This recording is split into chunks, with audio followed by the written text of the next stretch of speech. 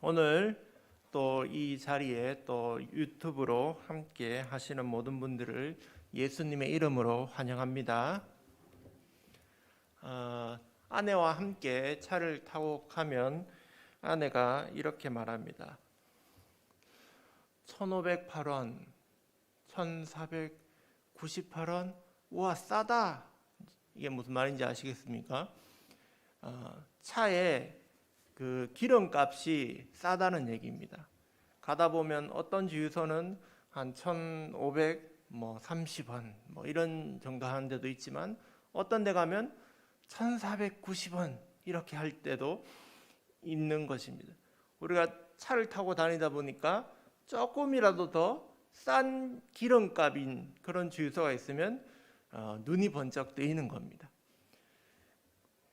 기름 가격을 유심히 생각하다 보니까 지나가는 주유소의 휘발유 가격이 눈에 들어오는 것입니다. 어떤 사람에게 무엇이 보인다는 것은 그것이 그 사람에게 관심이 가는 것이라는 말씀입니다. 시선이 가는 곳이 마음이 가는 곳입니다. 그런데 또 어떤 시선은 무서운 것이기도 합니다. 사람들이 흔히 말하기를 누가 볼까 두렵다 이렇게 말씀하죠. 남들이 자신의 약점이나 잘못된 것을 보고 흉잡을까 봐 그것을 두려워한다는 말입니다. 다른 사람들이 자신을 바라보는 시선이 어떨 때는 두려움의 시선이기도 합니다. 관심에도 종류가 다르기 때문에 시선에도 종류가 달라집니다. 어떤 시선은 따뜻하게 바라보는 시선도 있고 어떤 경우에는 차갑게 바라보는 시선도 있는 것입니다. 오늘 본문에는 그런 두 가지 시선이 다 등장합니다.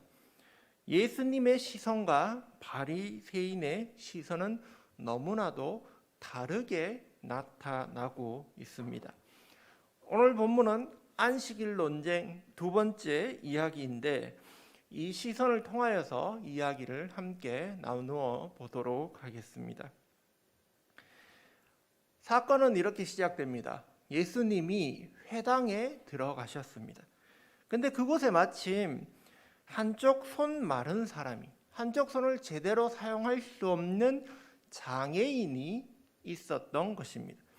중풍병이 심해지고 손이 사용할 수 없게 되어 손이 마른 그러한 손에 마비가 온 환자, 병자였습니다. 병자가 있고 예수님이 있으면 예수님이 치유해 주시는 그러한 이야기가 이어지지 않습니까? 그런데 오늘 이야기에는 예수님이 치유해 주시는 기적의 이야기로 넘어가지 않고 다른 이야기가 펼쳐집니다.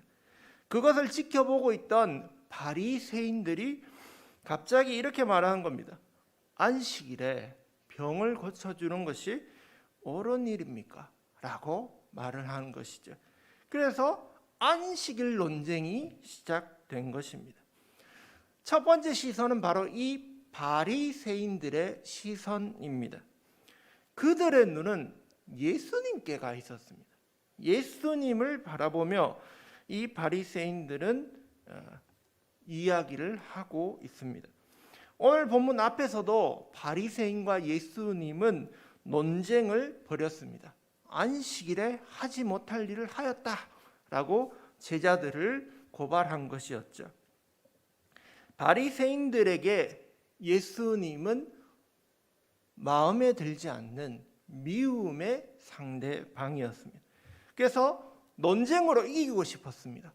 그런데 그 앞에 있었던 안식일 논쟁 첫 번째에서는 예수님께서 인자가 안식일의 주인이다. 성정보다 크신 이가 여기에 있다.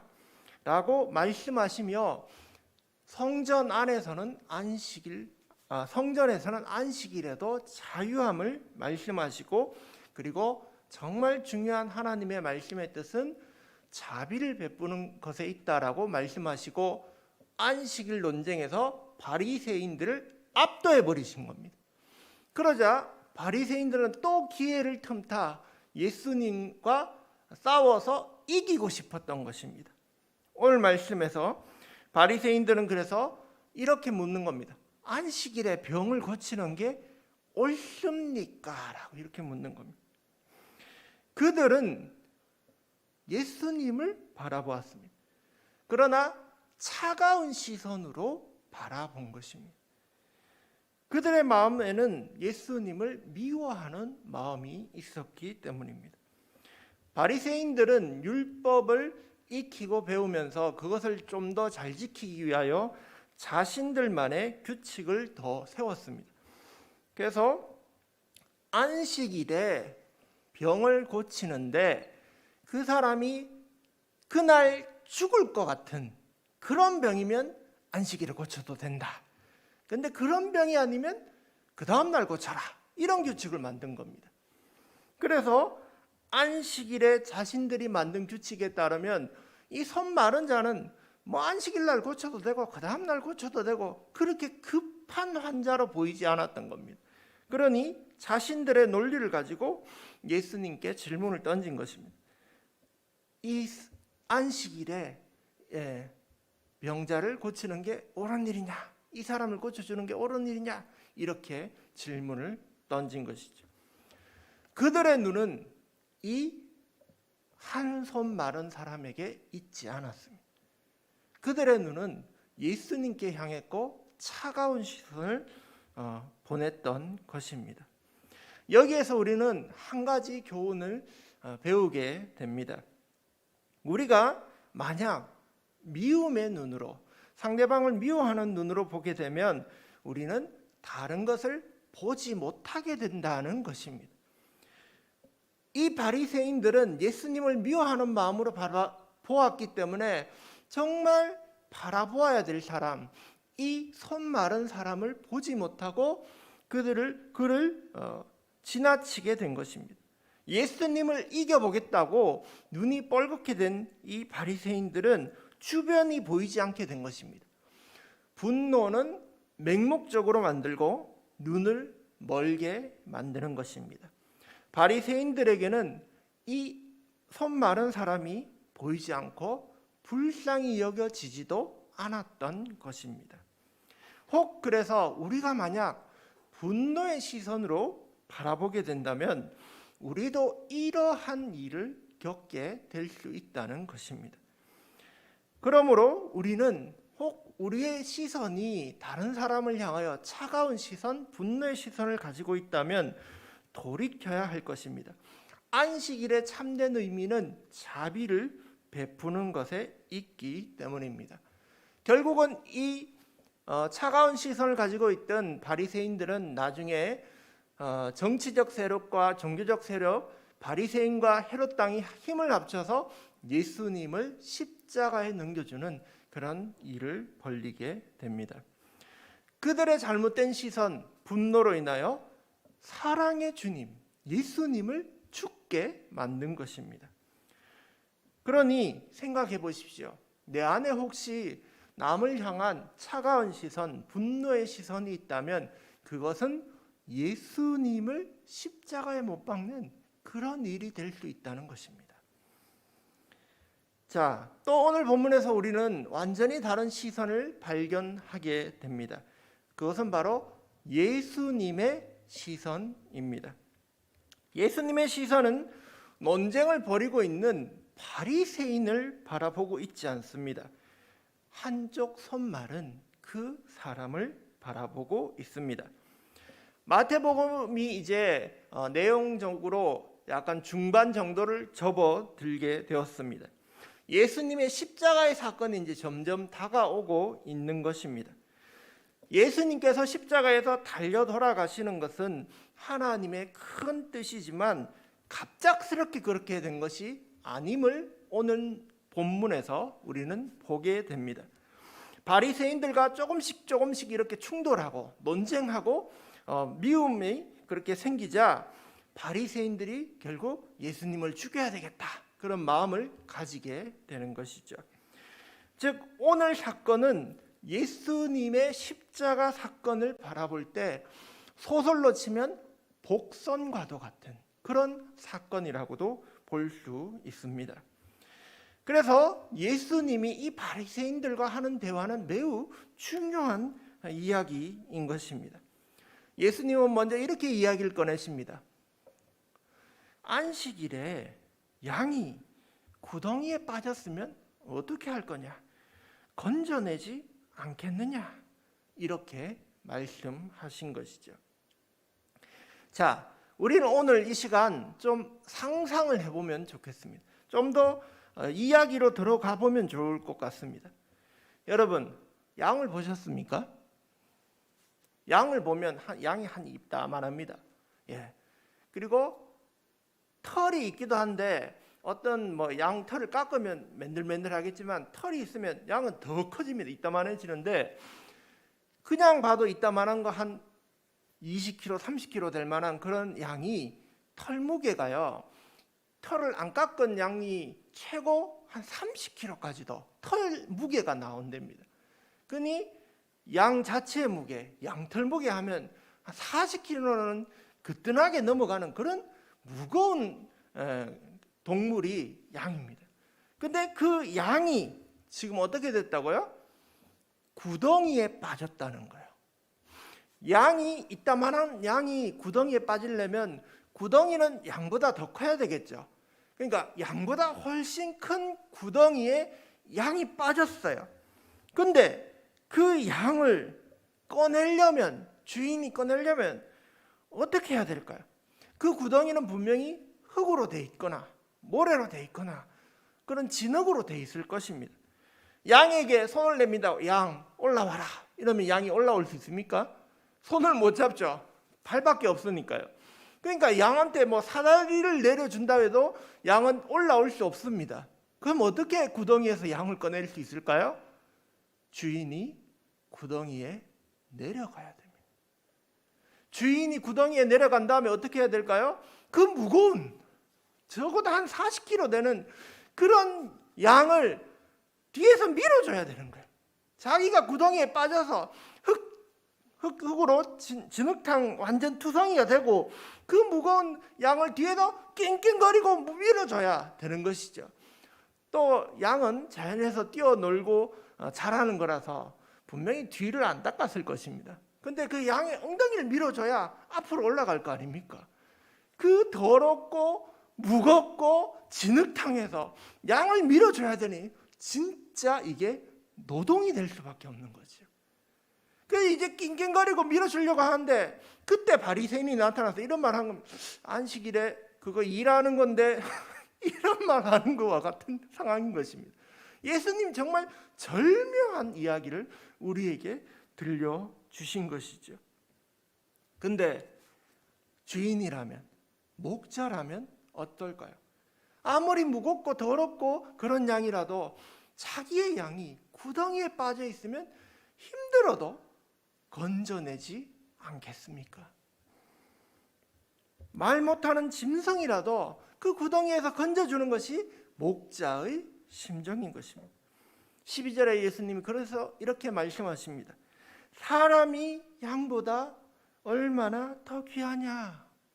양이라 할지라도 안식일에 건져내야 하는 그런 소중한 존재인데 사람은 더 소중한 존재이지 않느냐라고 말씀해 주시는 것입니다. 사람이 더 귀하다. 이 말씀이 오늘 우리에게 참 큰 울림을 주십니다. 예수님은 사람을 더 귀하게 여기며 사랑하셨습니다. 바리새인들은 안식일이라는 율법을 소중히 여기고 예수님께서 그 규칙을, 그 법을 예수님께서는 그 규칙보다 사람을 더 소중히 여기신 것입니다. 예수님 앞에는 우리는 마치 구덩이에 빠진 양과 같은 것입니다. 그 구덩이에 빠진 양을 누가 건져주겠습니까?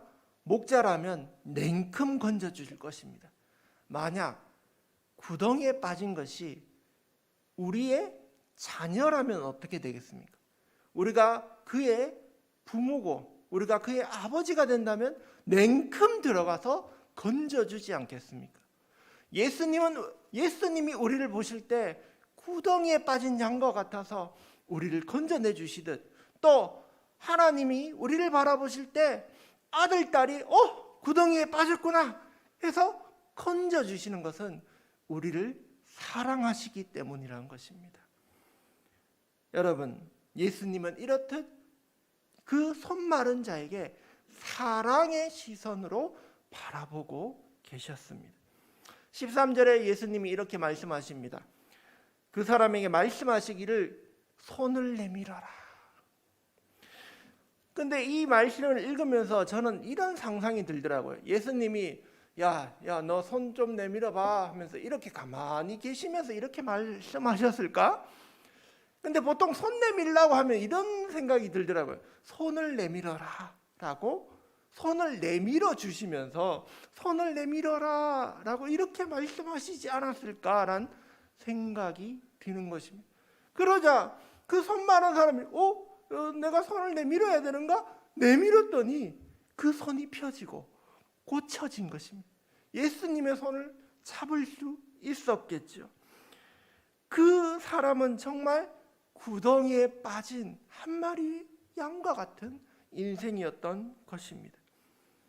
우리의 인생도 어찌 보면 구덩이에 빠진 양과 같을 때가 있지 않습니까? 예수님이 우리에게 말씀하십니다. 손을 내밀어라. 내가 너를 잡아주마. 내가 너를 그 구덩이에서 건져내어주마. 예수님이 오늘 우리에게 말씀하시는 것입니다.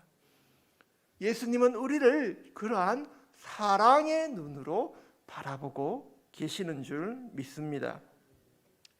다시 한번 바리새인의 시선으로 돌아오기 원합니다. 14절입니다.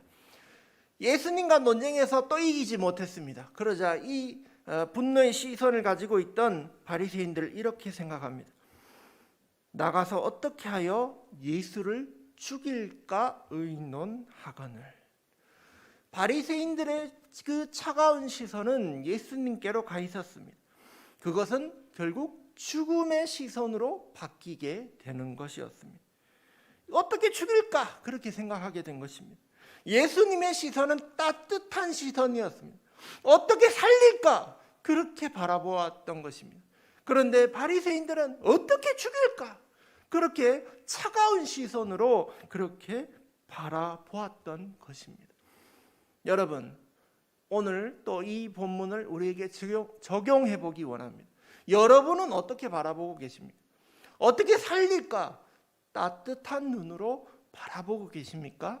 아니면 어떻게 죽일까? 차가운 시선으로 바라보고 계십니까? 혹시라도 여러분의 마음속에 차가운 시선으로 바라보는 부분이 있다면 돌이켜서 예수님이 나를 따뜻한 눈으로 바라봐 주시는구나. 그것을 다시 한번 기억하며 따뜻한 눈으로 바라볼 수 있는 여러분이 되실 수 있기를 바랍니다. 제가 아는 한 분 중에 직접 만난 건 아니고 책과 여러 가지를 통해서 들은 이요섭 목사님이란 분이 계십니다. 근데 이분은 어떤 사역을 하시냐면 바로 젊은 청년 전도사 시절부터 청소년 사역을 해오셨던 분입니다. 그런데 특별히 위기의 청소년들을 상담하고 그들을 위하여 사역했던 분입니다. 이분이 전도사 생활을 했던 2010년에 교회에서 전도사로서 이렇게 사역을 하는데, 전도사 시절에 교회를 돌보다 보니까 밤에 늦게 교회에 들어와서 술 먹고 담배 피고 이제 아지트 같이 사용하고 가는 그런 불량 청소년들이 있었던 겁니다. 그래서 그 아이들을 잡아내기 위해서 새벽 3시에 얘들이 새벽 3시에 나타나는구나 해서 새벽 3시부터 걔네들을 기다렸다가 그럼 안 되지 하면서 이야기를 시작한 겁니다. 근데 그 아이들과 한 번 만나고 두 번 만나고 하다 보니까 대화가 되고 아이들이 전도사님한테 이끌리기 시작한 겁니다. 그러지 말고 너도 교회 와라. 너도 예수님 믿어라. 이 말을 듣고 학교 일진들이 교회 나오기 시작했는 거예요. 중고등부에. 근데 교회는 뒤집어졌습니다. 갑자기 학교 일진들이 몰려오니까 애들이 불안해하는 거예요. 그리고 집사님하고 장로님들이 못마땅해 하시는 거예요. 거부감을 둔 것이죠. 그러다가 사건이 이제 일어납니다. 애들을 점점 안 좋은 시선으로 바라보다 보니까 걔네들만 따로 떼서 아예 예배를 드리게 됐습니다. 2012년에 토요일 날 저녁 7시에 그럼 예배 드리겠다. 그러니까 더 많이 몰려드는 거예요. 애들이 90명까지, 그런 애들이 90명까지 교회에 오게 되고, 그러다 보니까 담배 피다가 커튼에 불 붙인 애도 있고 그러니까 장로님들이 노발대발하고 결국은 이 전도사님이 사임하게 됐습니다. 근데 그때 이후에도 이 전도사님은 밤에 나가서 아이들을 만나고 상담하고 결국 그 아이들을 위한 교회 양떼 공동체, 원래는 양아치 공동체인데 그걸 줄여서 양떼 공동체를 만들어서 지금도 사역하고 계십니다. 그래서 아이들 만나면 한번 야, 밥 먹었냐? 안 먹었어? 그럼 고기 사주는데 한 달에 고기값만 200만 원이 나가신대요. 그래서 아이들을 예수님을 전하고 아직도 그렇게 사역하고 계신다는 이야기입니다. 다른 사람들 눈에는 그 아이들이 피웠던 담배, 그 아이가 마셨던 술이 눈에 보였지만 이 목사님의 눈에는 구덩이에 빠진 어린 양이 눈에 보였던 것입니다. 여러분은 어떻게 바라보고 계십니까? 차가운 시선으로 바리새인과 같이 바라보고 계십니까? 아니면 예수님과 같이 정말 구덩이에 빠진 한 양을 바라보는 그런 시선으로 세상을 바라보고 계십니까? 모두 예수님과 같은 그런 사랑의 눈으로 세상을 바라보는 그런 저와 여러분이 되시길 예수님의 이름으로 축복합니다.